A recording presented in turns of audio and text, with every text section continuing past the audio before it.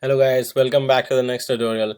In this one, we're going to talk about what IDE to use for Python development. So basically, Python we can just develop on a command line, we can develop on a text file and save it as .py and then just execute from the command line. Or more smarter way or maybe quicker way to develop, we can just use an IDE, which is integrated development environment, right? And there are multiple IDEs available on the web, and a lot of IDs are free. I personally like one of them, and there's one more good that I heard a lot about, so I'm just going to share those two with you. And so we will be using one of them in this tutorial.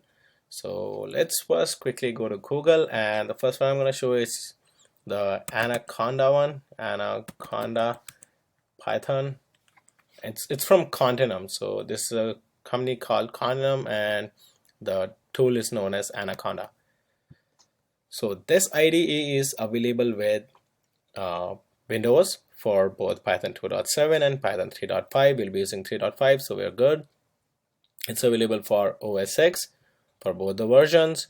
It's available for Linux as well. It's pretty good, right?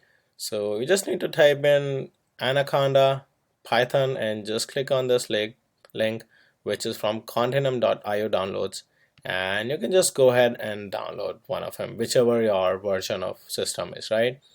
So that's the first one, and now I'm going to show you the one that I use. So I use this one, Pycharm, and this is from JetBrains. They have one more product for Java called IntelliJ, right? So this is pretty good. I'm personally using this, so I'm just directly clicking on the download button. You can click on the main link as well. So here is the one. So it is available for everything: OS X, Windows, Linux.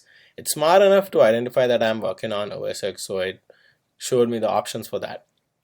Now there is one option for professional, which includes a lot of things for web development as well, Django and all other things. But for this tutorial, we don't need all those things, right? So all we care about is the lightweight IDE for Python and scientific development, and pretty much a lot of things we can do. It's not limited. It's just that maybe few things we wouldn't be able to do, but we don't need that. So, and it's a really good IDE. So I'm just going to show you this one. So you can just go ahead and click download for whichever version you have, and you should have the package downloaded. So when you download it, you're going to have the package and then you can install it. So I already downloaded it. So what I'm gonna do is I'm gonna show you the installation so you guys can see, just follow me. So from my downloads folder, here's the version that I downloaded. Right now, this is the latest when I'm working on 5.0.2. It might change whenever you are watching the video, so just download the latest one. So I'm just gonna double click this one, and it's gonna just do all those things, and it just asked me to drag to application. So this is pretty easy for Mac, right?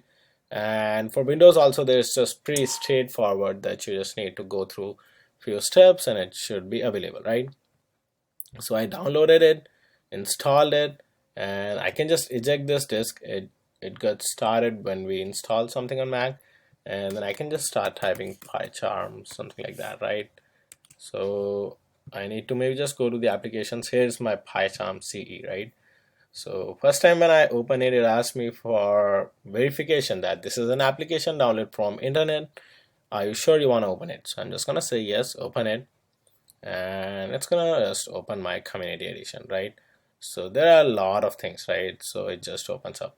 So what we can do is we can just create a new project, something like that, and we're gonna do all those sort of things. So I'm just not gonna create any project right now because we'll be creating one going further and we'll be discussing all those things in detail. So this is just specifically for IDE to use, and that's what I wanted to show. So let's not make it an overclass with discussing all the project creation and all those things.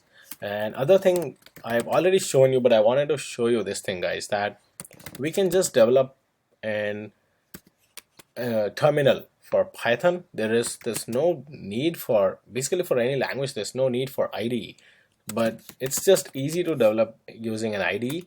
So otherwise, if we go here, we can see, right, Python-v, and it's Python, and we can enter the Python shell by typing just Python, and we are in the Python shell. So I can just develop here. We can import any statement here using all the Python things. We can perform any action as well. I showed you last time, right? 2 plus 1 3. This is coming from Python, and we can do something like this: hello plus world, maybe.